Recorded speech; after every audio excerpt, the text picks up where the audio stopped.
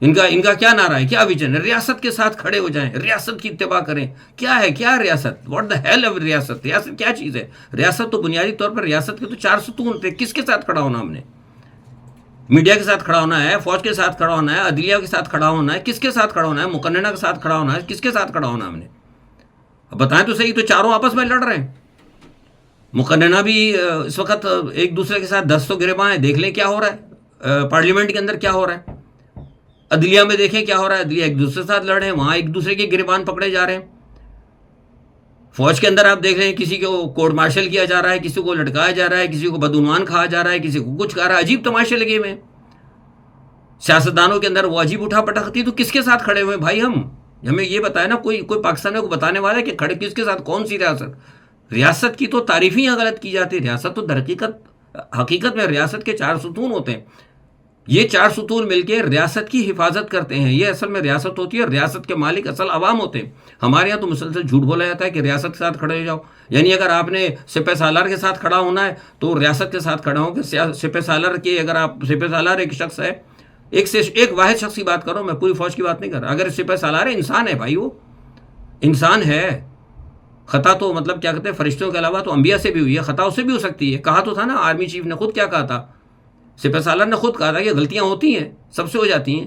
تو پھر اگر مثال طور پہ اگر ہو سکتی ہے, تو اب یہ تو نہیں کہ مطلب اگر کوئی اگر ان کے ساتھ اگر ان کی غلطی کو اگر کوئی انگلی اٹھا دیتا ہے تو اس کا مطلب یہ کہ اس کو پیکا اور ٹیکا لگا دیا جائے, یا وزیر اعظم کے خلاف اگر کوئی بات کرتے تو اس کو ٹیکا لگا دیا جائے. یہ سارے جو ہے نا معاملات بڑے ہمارے یہاں بہت خراب ہو چکے ہیں. تو بنیادی طور پر جو ٹرمپ اس وقت جو پلان لے کے چلے, در حقیقت اگر دیکھا جائے, میں کھل کے آج بات کر رہا ہوں, اور یہ میں ایسے بات تجزیہ نہیں کر رہا, میں آپ کو کچھ کہیں بات ہوئی ہیں جو باتیں, میں اس کا آپ کو خلاصہ بیان کر رہا ہوں کہ جو بنیادی طور پر جو عمران کا ویژن تھا نیا پاکستان, وہ اب آیا ہے گریٹ امریکہ اگین کے اس میں. ایسے ہی نہیں کیا کہتے ہیں کہ رچرڈ گرینیل نے اور دوسرے اور تیسروں نے, ٹرمپ کی انتظامیہ نے عمران کے فیور میں ٹویٹ کرنے شروع کر دیے تھے. کیا تھا نا, رچرڈ گرینیل نے اگر ٹویٹ کر دیا تھا عمران کی فیور میں, تو آپ کو ٹھیک ہے, اچھی بات ہے, کوئی بات نہیں, کر دیا تو کر دیا. یہاں سے کیا ضرورت تھی سرکاری چینل کو کسی نے پیچھے سے چابی بھری کہ آپ ان کے ذاتیات کے اوپر آ جائیں؟ بھائی ٹھیک ہے, وہ ان کی پسند ہے. اگر عمران خان کو پسند کرتے ہیں, عمران کی کوئی ویژن ان کو پسند تھی یا ان کی انتظامیہ کو پسند تھی, تو ٹھیک ہے, اس نے ٹویٹ کر دیا, سو ختم. آپ نے جناب براہ راست اس کی کیا کہتے ہیں ذاتیات کے اوپر آپ نے وہ کر دیا, اور پھر یہاں سے جناب خواجہ آصف اور دوسرے اور تیسرے سب شروع ہو گئے.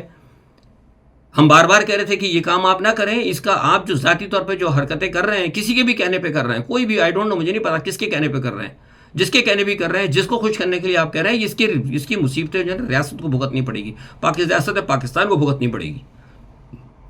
وہ دیکھ لیں آگے ابھی ساری دنیا کے اندر جو پابندی لگائی گئی ہے, امریکہ نے امداد بند کر دی ہے ٹرمپ نے آتی جو ان کا پلان تھا. ہم اسی لیے کہہ رہے تھے کہ ٹرمپ نے بہت ساری چیزوں کو ریوائز کرنا ہے, تو پلیز خدا کے واسطے چپ ہو جائیں. ہم نے آج کو یاد ہے اس چینل کے اوپر بارہا یہ الفاظ میں ریپیٹ کرتا رہا ہوں کہ جو بساط لگی ہوئی ہے وہ میرے سامنے ہے. باز آ جائیں, یہ معاملات کو نہ کریں, درست کریں, حالات کو درست کریں. یہ بات گواہ ہے کہ کہتا رہا ہوں کہ نہیں کہتا رہا ہوں. میں نے ابھی الفاظ ہی کہنے چھوڑ دیے کیونکہ سنتا ہی کوئی نہیں ہے. وہ دیکھ لیں آپ, آج آپ کے سامنے آتی جا رہی ہے.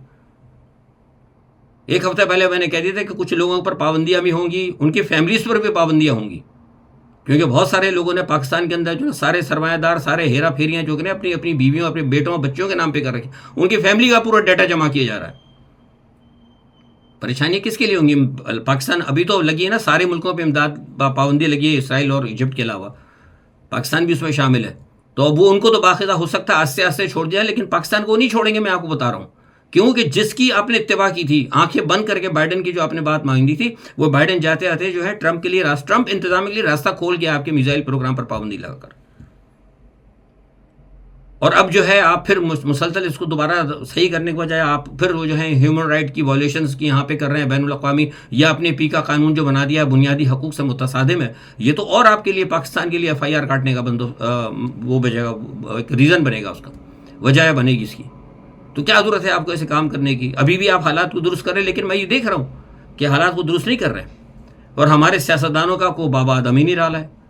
وہ کوئی سب اپنے اپنے معاملات پہ لگے ہوئے ہیں، حالات جو ہے وہ خراب سے خراب ہوتے جا رہے ہیں. فضل الرحمان صاحب وہ ان کو وہ بھی عجیب ان کا تماشا ہے. ان کا کسی نے مجھے کلپ بھیجا، وہ کہہ رہے ہیں کہ حضرت آدم علیہ السلام ان کے خواب میں آئے تھے اور انہوں نے کہا تھا بھئی آپ کو مطلب ریاست کے ساتھ کھڑے ہونے کے لیے اور ریاست کو ٹائم دینے کے لیے حضرت آدم علیہ السلام آپ کے خواب میں آ گئے. وہ فلسطین کے اندر آج تک فلسطین آزاد نہیں ہوا، ہزاروں مطلب کیا کہتے ہیں وہاں پہ لوگ مر گئے، مسلمان شہید ہو گئے، ان پر حضرت آدم علیہ السلام کے خواب میں نہیں آئے. بڑی بات ہے کہ بھئی آج کل انبیاء کرام کو بھی پاکستان کی ریاست سے محبت ہوتی جا رہی ہے. یہ کس قسم کی باتیں کرتے ہیں یار، یہ لوگ سمجھ میں نہیں آتا. یا تو میں پاگل ہوں یا پھر یہ قوم پاگل ہے یا پھر یہ جھوٹے ہیں. ان تینوں میں سے کوئی ایک بات ہو سکتی ہے. یہ آپ مجھے بتائیے گا کہ کیا چکر ہے، میری تو سمجھ میں نہیں آیا. میں تو بڑا پریشان ہوں جب سے وہ کلپ میں نہیں دیکھا. مطلب یہ ایک جنرل بات تھی. دوسرا آج کی طرف آ جاتے ہیں. آج جناب پی ٹی آئی نے 26ویں آئینی ترمیم جو ہے سپریم کورٹ میں چیلنج کر دی. اچھی بات ہے، کرنا چاہیے کیونکہ بنیادی طور پر وہ غلط ہے. آئین کو انہوں نے توڑا ہے اور غیر اعلانیہ طور پر آئین کو توڑا ہے. اور دوسرا یہ کہ عمران خان اور ان کے وکلاء نے آج ملاقات کی ہے پارٹی رہنماؤں نے، اور خبر یہ آ رہی ہے کہ عمران خان صاحب نے ان سے بات کی ہے سارے معاملات کے اوپر، اور یہ بھی ان کو بتایا گیا کہ شاید غالباً، مجھے بھی کنفرم نہیں ہے، ویسے ایک دوست ہیں صحافی ہمارے رضوان شاہ صاحب سینئر صحافی ہیں، انہوں نے ویسے تصدیق کی ہے. وہ کہتے ہیں کہ ہٹا دیا گیا ہے گندھا پور کو. صبح ہو سکتا ہے اس وقت دوپہر تک شاید کنفرم ہو جائے. تو بہرحال یہ ہے کہ وہ کچھ انتظامی معاملات درست کرنے کی کوشش کر رہے ہیں. اور حالات جو جیسے میں نے ابھی ٹرمپ کے حوالے سے بات کی تھی کہ ٹرمپ کے جو معاملات ہیں وہ پاکستان پہ آنے والے ہیں. یہ تو آپس میں لڑتے جھگڑتے رہے، ان کو خطرات ہو گئے. یہ بھنک جیسے پڑ گئی ہے نواز شریف کو بھی کہ بھئی معاملات خراب ہوں گے. اور کیونکہ اس وقت جو اسٹیبلشمنٹ ہے موجودہ، جو ہمارے ان بدعنوان سیاستدانوں کی جو سرپرست ہے، جو ماں ہے، ان کو بھی نظر آ رہا ہے کہ اب معاملات خراب ہونے جا رہے ہیں.